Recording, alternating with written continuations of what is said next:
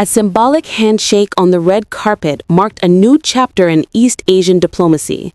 On Saturday, South Korean President Lee Jae-Myung welcomed Chinese President Xi Jinping to the historic city of Gyeongju, following South Korea's official handover of the APEC chairmanship to China.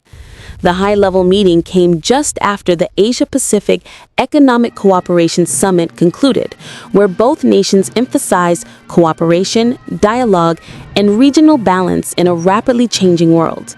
As President Lee arrived, traditional performers dressed in colorful hanbok lined the streets, playing ceremonial instruments to honor the occasion. Moments later, President Xi's motorcade entered the venue, marking his first official visit to South Korea in more than a decade. The two leaders exchanged smiles and handshakes, walking together down the red carpet before entering the main hall for official talks.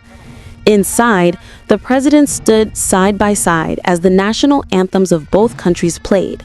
Soldiers saluted, and a military band performed in a grand display of protocol and respect. The ceremony reflected not only formality, but also the growing recognition of the need for dialogue between Seoul and Beijing. Behind closed doors, both sides discussed key regional issues, including the possibility of resuming dialogue with North Korea. President Lee highlighted the importance of stability and peace on the Korean peninsula, while President Xi reaffirmed China's role in maintaining constructive engagement in the region. President Lee emphasized that South Korea seeks to maintain its alliance with the United States, while also deepening ties with China, its largest trading partner.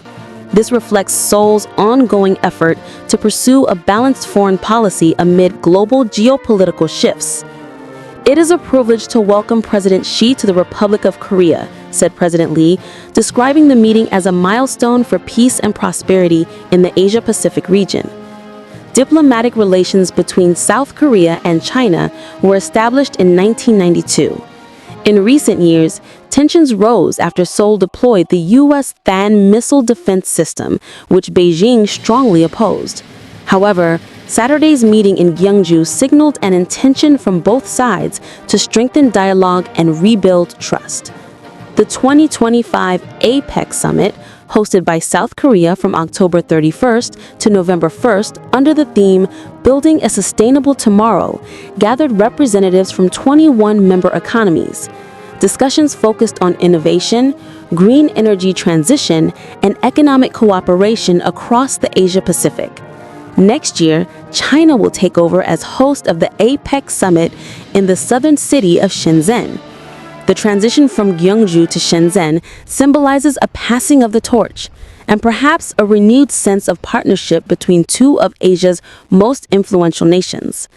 As both leaders departed, joined by Chinese Foreign Minister Wang Yi, the red carpet diplomacy in Gyeongju closed with a clear message: dialogue and cooperation remain central to the future of the region. From Gyeongju's historic streets to the global stage, Seoul and Beijing appear ready to write a new chapter in Asia-Pacific relations.